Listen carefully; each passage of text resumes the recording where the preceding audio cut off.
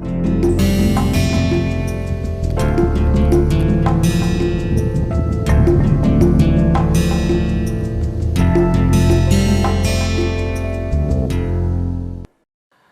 us start our 6th lecture, and the topic of 6th lecture would be same as before, because we have already discussed that this driving force calculation would continue for next couple of lectures. Now, we were discussing these particular graph, and where we have seen that this is unstable equilibrium, this is stable, and we wanted to see what happens if we try to see the difference between G1 and G2. Let us say a particular, this ball wants to go to this particular position, then I see that G2 is lower than G1. So, there is a possibility that the ball can go from G1 to G2.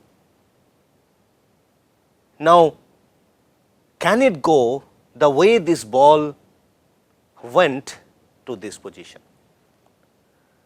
Now, there is a barrier, it has to be taken to this point, and then it is to be given little push, then the ball can go spontaneously to this.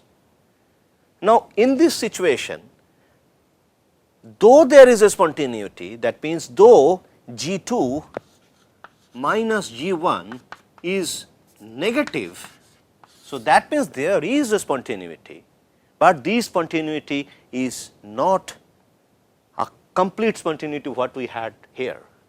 Rather, in order to meet the process, whether the process would take place or not, that means process means the ball goes to this point, from this point to this point.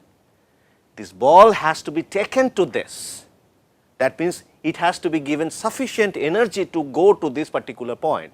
That means it has to go from G1 to G3 first, and then we can give a little push, and then from G3 to G2 it can go on its own. So, that means spontaneously it can go. So, there is a spontaneity from G1 to G2, but we need to provide sufficient excitation to that particular ball, and this excitation part is coming in the form of activation energy, and this is basically my activation energy.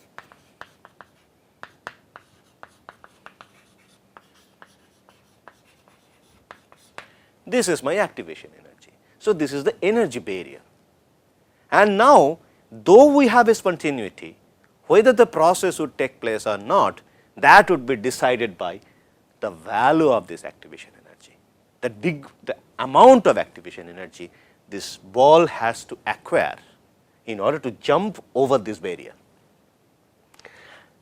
So, if this particular barrier is smaller and smaller, let us say I started reducing this activation energy, what happens? I have a smaller and smaller barriers to cross. It is like just like a kind of hurdles. If we have a big hurdle, it is difficult to cross, rather if we have a small hurdle, it is very easy to cross. See, this easiness or toughness, that is coming from the degree of the value of activation energy, and these activation energy would guide whether that particular spontaneous process actually takes place or not. So, if some process is spontaneous, that does not mean that the process would take place. That means a process can be spontaneous, that means there is a negative free energy change, but in order to have that particular process in practically if we have that, if we want to have that particular process, we need to cross a barrier. Okay. Now, similarly, if we try to see the ball wants to go to this point, it is not a spontaneous process, because the ball cannot go on its own from here to there, but it can go if we give sufficient excitement, it can cross this barrier and can come here. But now, let us see this and this. Can the ball go to this point on its own? It cannot. Why? Because the ball, the natural process would be the ball can roll down against the potential energy towards that potential energy lowering, rather it cannot go spontaneously up the hill, rather up the potential energy. Now, if I try to see, this is the starting point and this is the final point. Now, this is my starting point, that means G2 is my starting point and G3 is my final point. So, now if I try to find out what is the energy difference if that ball wants to go from G2 to G3, so G3 minus G2, this is a positive quantity. If the free energy change is positive, then on its own the system cannot move. So, that particular process is called non-spontaneous process.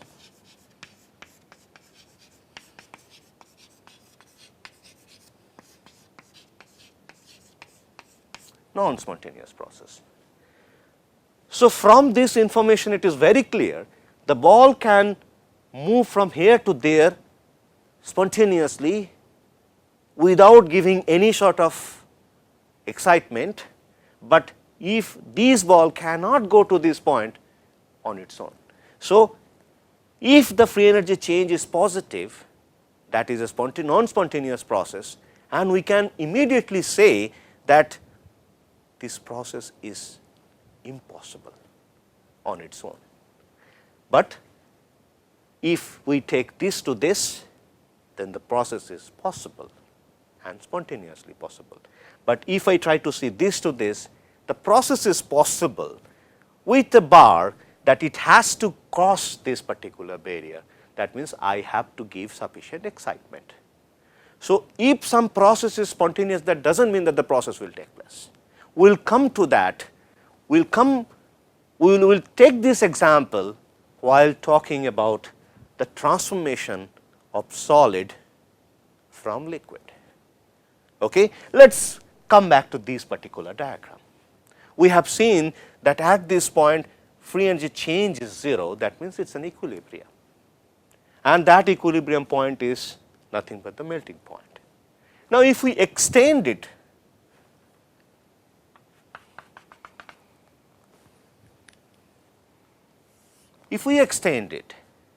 now this is also Tm, this is also Tm, because at the same temperature, and this is my HL, this is HS. Now, at this temperature, the difference is HL minus HS. Now, HS minus HL, in case of thermodynamic state functions, these are all thermodynamic state functions. Now, whichever I am writing, wherever I am trying to reach, let us say I am trying to reach from liquid to solid. So, then solid would be my final state. So, it should be final minus initial. In this case, I am subtracting liquid enthalpy, I am subtracting solid enthalpy from a liquid enthalpy. That means my final state is liquid.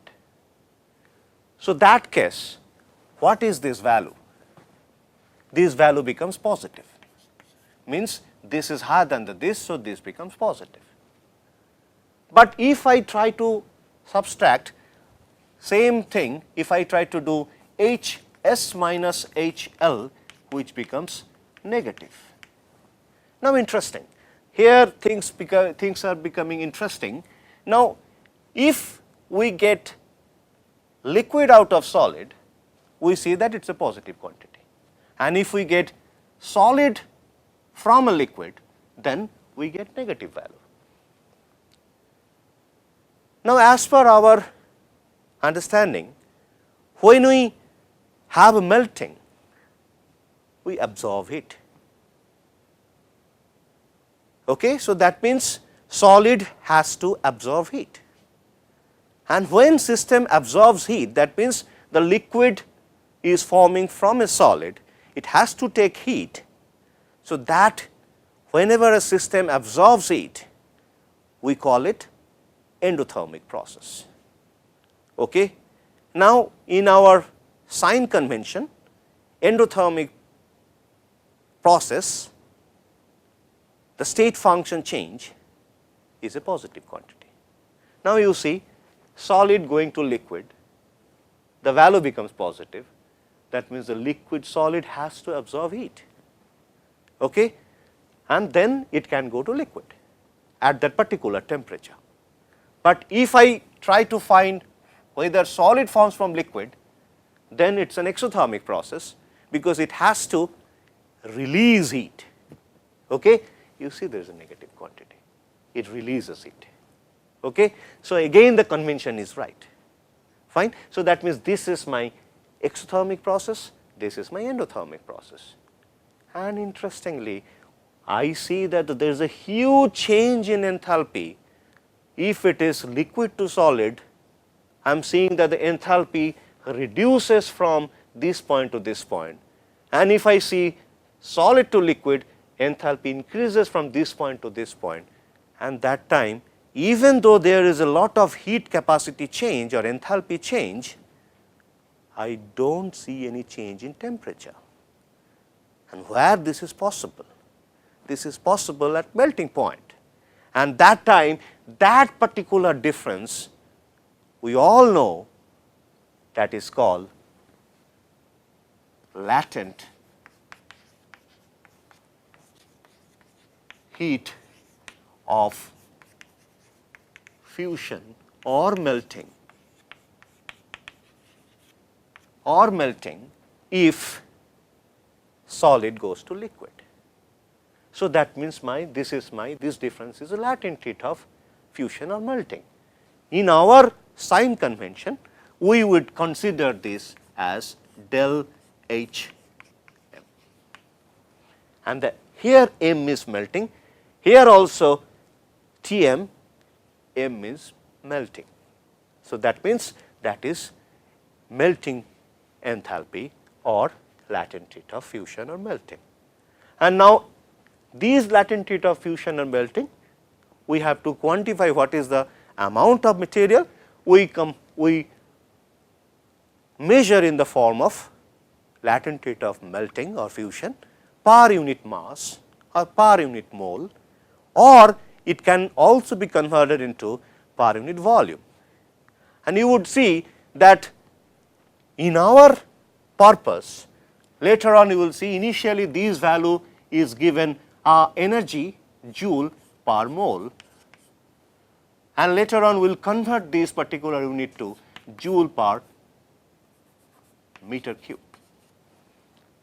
We can convert this in many form.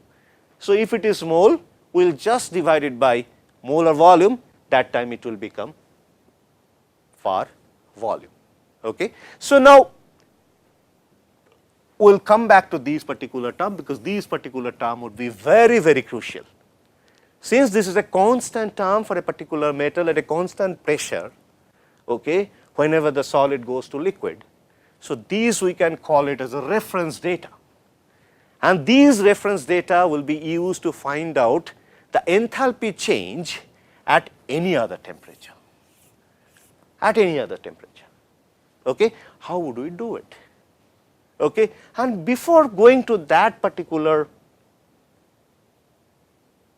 calculations, now let us see what happens if we change this particular point. If we take this, if I go, this is my temperature, if I go this way or if I go this way, what happens? Now, if I go this way, what would be the spontaneous process? And in order to find spontaneous process, I need to see which way the free energy is reduction. That means, which way the change in free energy would go to negative. Now, here if I try to see, if I see that this way the free energy goes negative, That means the change in free energy, if I try to see this is G prime and this is G double prime. So, G double prime minus G prime is equal to is a negative quantity. So, that means this is a spontaneous process. And now, this G double prime is the free energy of what? It is a liquid. So, that means temperature greater than Tm, that means the melting point, I would always get liquid, because solid to liquid transformation would become spontaneous process, because the free energy change is negative. Now, if I try to go this way, then I would see that this, that means G S minus G L at this temperature, okay, this becomes negative. So, again it becomes a spontaneous process. That means, this transformation is possible.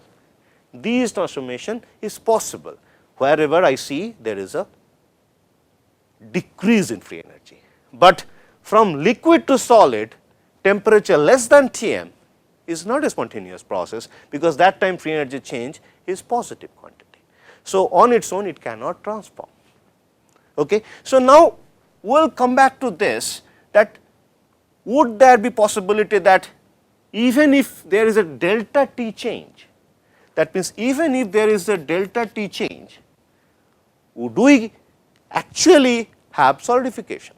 That means, would we actually have solid formation from liquid? That particular information would be critical to analyze, but at least from this information it is very clear that this becomes my driving force, and the driving force is nothing but the change in free energy. Now, I am coming to that part, the driving force for phase transformation.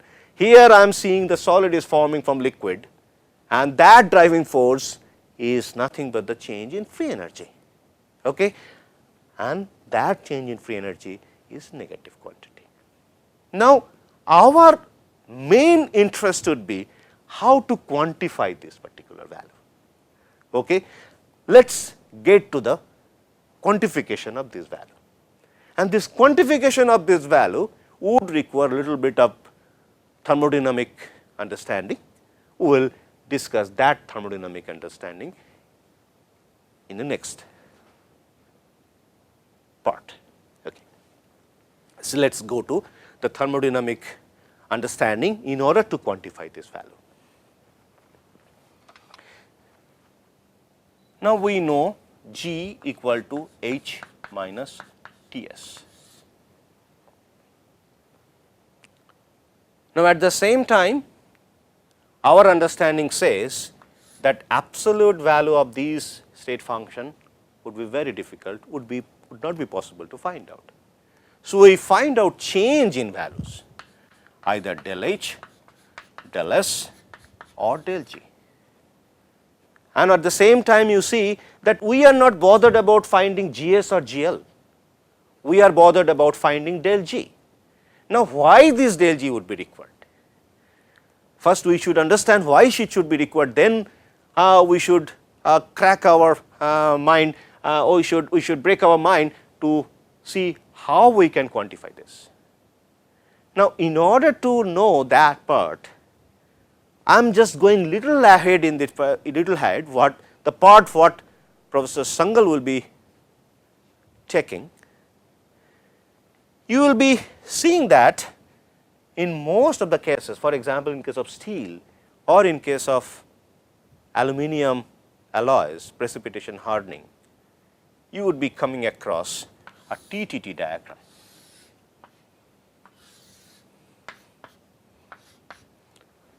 Whenever we come across this TTT diagram, you will be seeing that he will show all the calculations, how to find out TTT diagram.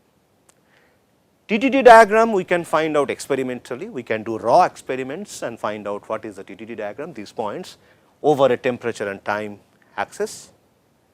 At the same time, we can do simple calculation from simple thermodynamic data. For example, the data would be requiring which is del HM. data which will require is T, data which will require is the viscosity value. So, those are measurement quantity. Okay. So, those parameters if we use, we can get this TTD diagram. And in most of the cases, these TTD diagram experimentally found out values and theoretically found out values, they match with some little adjustment. Okay. But the nature of the graph remains like this, which is a C curve, this is a TTT diagram. And while considering this, while calculating this TTT diagram, we would be requiring information about nucleation rate,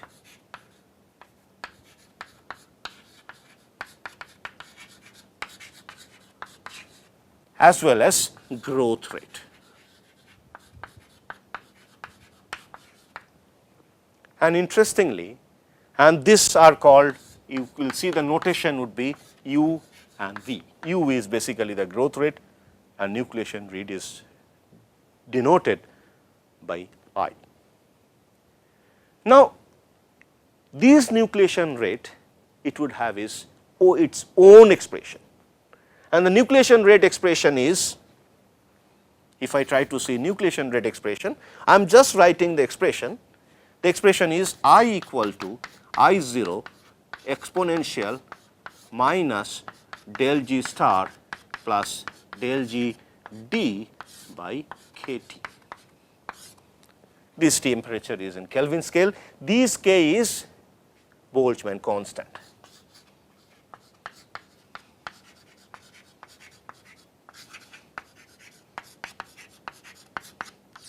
Boltzmann constant. If it is per atom, then K. If it is per mole, then this particular Boltzmann constant would go to universal gas constant, which is R. Now, in this, we are seeing that there is a term called G star, there is a term called del G D. Now, this del G D as well as del G star are called, this is called nucleation activation energy,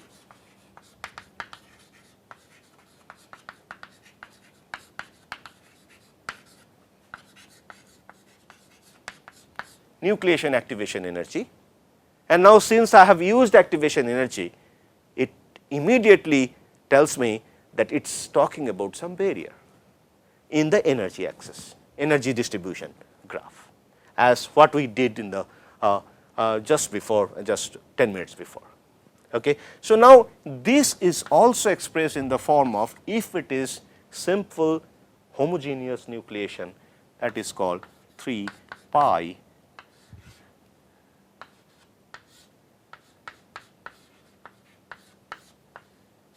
square. Now, this term is interfacial energy,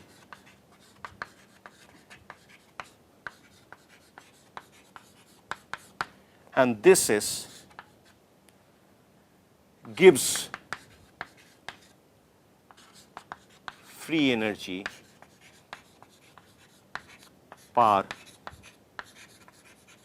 unit volume.